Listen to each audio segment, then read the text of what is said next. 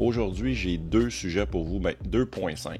Le premier sujet, c'est la chute de l'usager en France. Et au Québec, il y a des futurs sites de superchargeurs qui disparaissent, puis il y en a d'autres qui s'améliorent. Fait que je vous parle de ça là.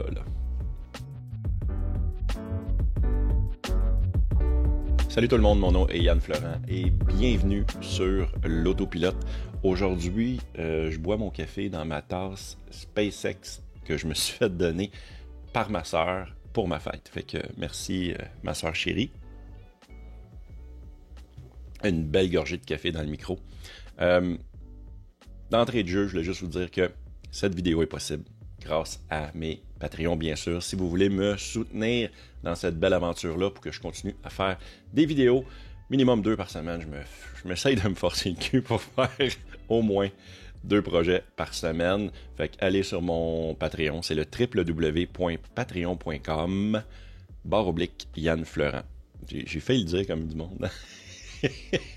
Hey, à partir de 2$ seulement, vous pouvez me supporter. Puis ça vous donne accès à tout ce que j'offre sur mon Patreon. Puis en plus, on plante des arbres avec votre argent à chaque mois. Puis en plus, vous avez toute ma gratitude. C'est écœurant ça. Hey, si vous voulez me laisser un message également, j'ai une boîte vocale au memo.fm/l'autopilote. Moi, je passe ça sur l'autopilote comme genre mettons aujourd'hui, sauf que j'en ai pas aujourd'hui. Vous m'avez pas laissé de message. Fait que laissez-moi un message, que ça soit que ça soit genre un truc et astuce, un commentaire. Quoi d'autre?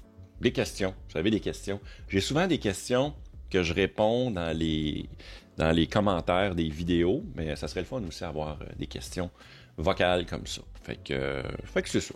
Pop, la dernière affaire, tant qu'à être là, ben, si t'aimes ça, le pouce j'aime, abonne-toi, puis tout le kit.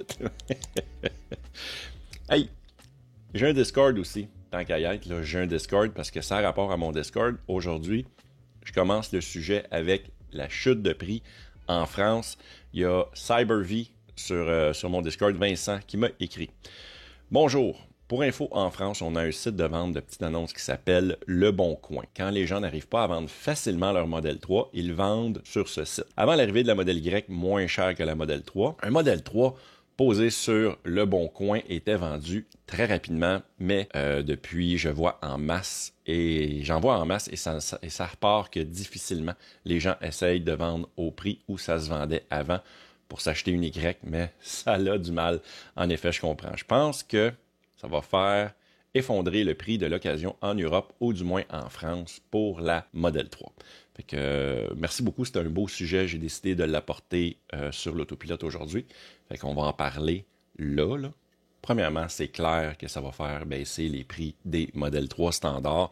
Ce n'était qu'une question de temps. Présentement, c'est l'offre et la demande, bien sûr. Puis évidemment, il y avait beaucoup de demandes, fait que le monde vendait au gros prix. C'était même un peu absurde. Je te dirais même honnêtement, au Québec, présentement, la nouvelle Model Y standard, qu'on pourrait appeler, n'est pas encore arrivée. Puis, je checkais l'équivalent de ma voiture, OK?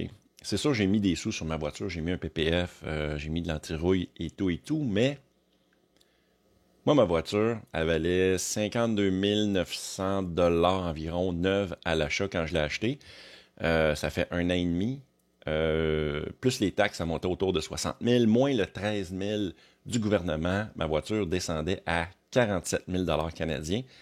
Puis je vous dirais qu'aujourd'hui, le même genre de véhicule, une 2021 avec environ 45 000 km, ça se vend facilement 60 000 $ présentement. Au Québec, ça tourne autour de ça. Un petit peu moins cher, un petit peu plus cher, tout dépendant. Fait que c'est un peu... Ça vous donne une idée à quel point le marché se tient pas présentement parce qu'il y a personne, peut-être on n'a jamais entendu parler d'envie. Il y a personne qui nous a dit, une voiture, c'est un investissement. C'est clairement une dépense, ça l'a toujours été. Puis vous direz que depuis que j'ai une Tesla, j'ai l'impression que c'est un investissement. Oui, parce que je chauffe sur l'essence, mais en plus, c'est que si je décide de vendre ma voiture, je vais faire à peu près, je dirais, au moins 8 000 $. C'est moins le PPF, moins tout ça, je ferais quand même 8 000 $. Puis j'ai roulé avec pendant 1 an et demi, 45 000 km, 47 000 quelques, même, je dirais, depuis que c'est arrivé cette semaine, j'étais à peu près à 47 000 km. Bref, c'est du jamais vu.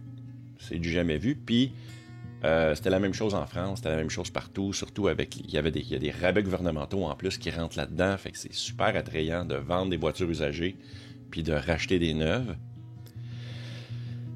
Puis là, ben, la modèle Y qui est arrivée, c'est un modèle qui est équivalent, en fait, de kilométrage, puis qui est plus pratique, en fait, de format. C'est un format beaucoup plus intéressant, la modèle Y. Fait que le fait qu'il est moins cher en Europe, ça détruit complètement le marché de l'usager. C'est très compréhensible que ça redevienne un peu à la demande. Pardon. Fait que, tu sais, l'offre et la demande n'est plus là, présentement. Le monde va préférer s'acheter une Y que d'acheter une Model 3 usagée. Tu sais, c'est le gros bon sens. Mais l'autre chose, c'est qu'il faut qu'il y ait du volume ici. Tu sais, comme moi, mettons, je reviens à ma voiture. Je pourrais vendre ma voiture, je pourrais faire, mettons, 8000 $ avec. Sauf que j'ai plus de véhicule après, là. Fait qu'il faut vraiment que j'en commande une, que j'attende de la recevoir pour la vendre. Je sais pas, tu sais, mais c'est sûr que si ça arrive ici au Québec, c'est clair que ça va également planter, ça va se calmer. Ça va se calmer les petits nerfs, comme on dit. Fait que oui, malheureusement, c'est heureusement, dans le fond, je veux dire, ça revient à normal. C'est un peu... moi, je vois ça comme un peu de l'abus. Je me sentirais mal, moi, de vendre ma voiture 60 000 $ à quelqu'un. Une voiture usagée, c'est weird. Je me sentirais pas comme... Je sais pas. Je me sentirais bizarre.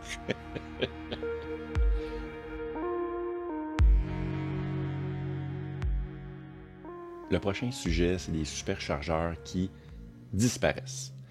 RDMC 43, a.k.a. Vincent, c'est un de mes Patreons, je le connais très bien. Il m'a écrit par courriel, puis il m'a écrit ce qui suit.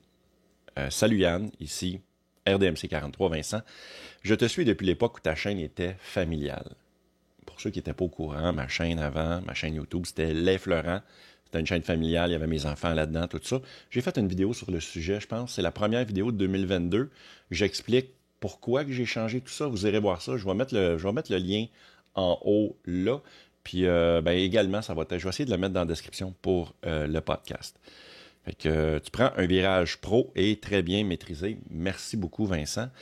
Yann, la map des superchargeurs Tesla mentionne en gris pâle les superchargeurs planifiés pour une installation future. Et en cliquant dessus, ça t'indique la date. En 2021, il y avait un superchargeur planifié à Val-d'Or 2022, après la grosse traversée du parc de la Vérandrie. Et un superchargeur planifié à Rouyn-Noranda 2022 également, ma ville. Si tu voyais les chargeurs du circuit électrique ici, c'est une horreur.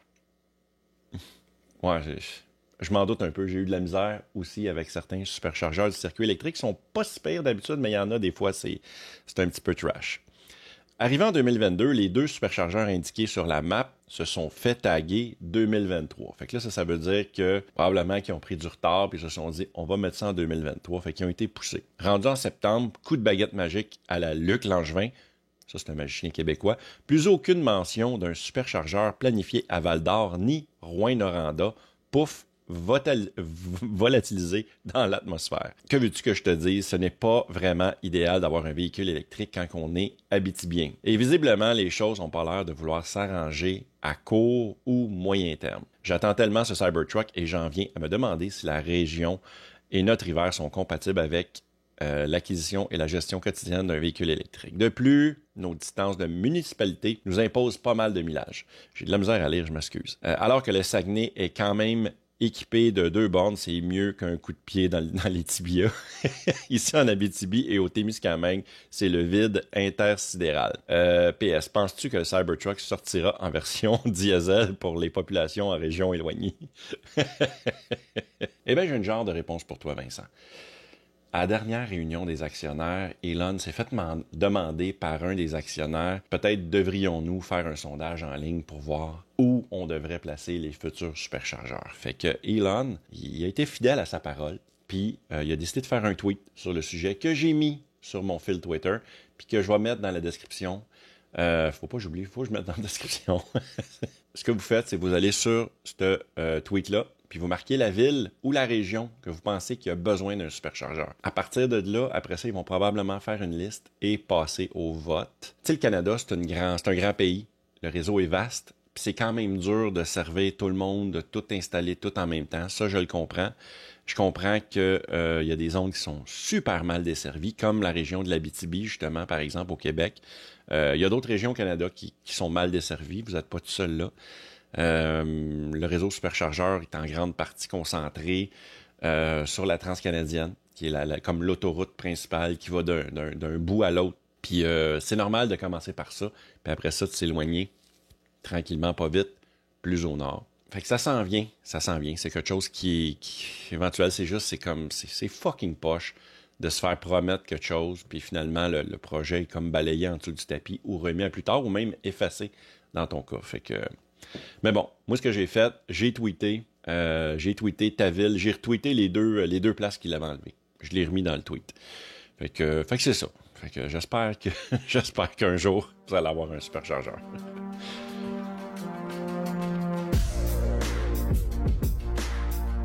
Je pense que c'est la première fois que ça arrive. Je pense. Si c'est pas le cas, mettez-les dans les commentaires juste en bas.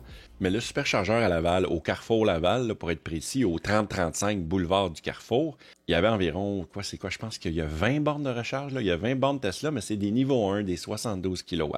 Eh bien, ils ont été upgradés. Ils ont été améliorés par des versions V2 150 kW. Fait que ça, c'est cool, ça. Ça veut dire que si on fait ça à Laval, ça veut dire qu'ils vont éventuellement faire ça dans d'autres places qu'il y a des V1. Honnêtement, je n'ai pas vu des tonnes de V1. Je pense que moi, j'ai juste été à Laval à date. Puis quand on était en Ontario, on en a pogné un à Eboticoke. Je m'en souviens jamais du nom de la ville. Eboticoke, je pense. C'est un autre Carrefour Laval, il y avait du V1.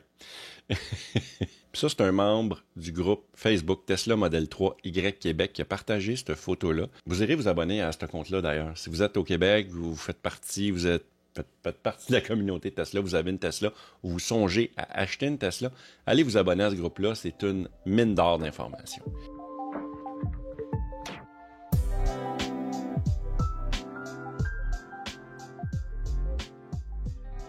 Il y a 2 nouveaux superchargeurs qui sont présentement en construction au Québec, dont un à Berthierville et l'autre à Saint-Jérôme. Saint-Jérôme, c'est pas loin de chez mes parents, fait que j'ai hâte de voir ça. Aussitôt que ça va être prêt, je vais arrêter de faire un tour. Fait que c'était pas mal ça aujourd'hui, c'était pas mal ça. Hey, la question du jour que j'ai pour vous, c'est dans quelle ville, selon vous, à part, vous pouvez aller le mettre sur Twitter, là, mais quelle ville, selon vous, a un besoin urgent de superchargeurs? Que ce soit au Québec, que ce soit en France, n'importe où c'est que vous vivez. Mettez-moi ça dans les commentaires, juste en bas. Évidemment, un merci à mes Patreons de niveau performance et plaid. Mes Patreons plaid, Balado Québec, toujours fidèle, et François Robida. Merci beaucoup les boys. Également, mes Patreons performance, j'ai Francis Lessard et Roland Hardy. La meilleure place pour discuter avec moi et avec plein d'autres mondes super sympathiques, c'est sur mon Discord. Le lien est dans la description. Merci beaucoup d'avoir été là. À la prochaine. Hey, ciao la gang.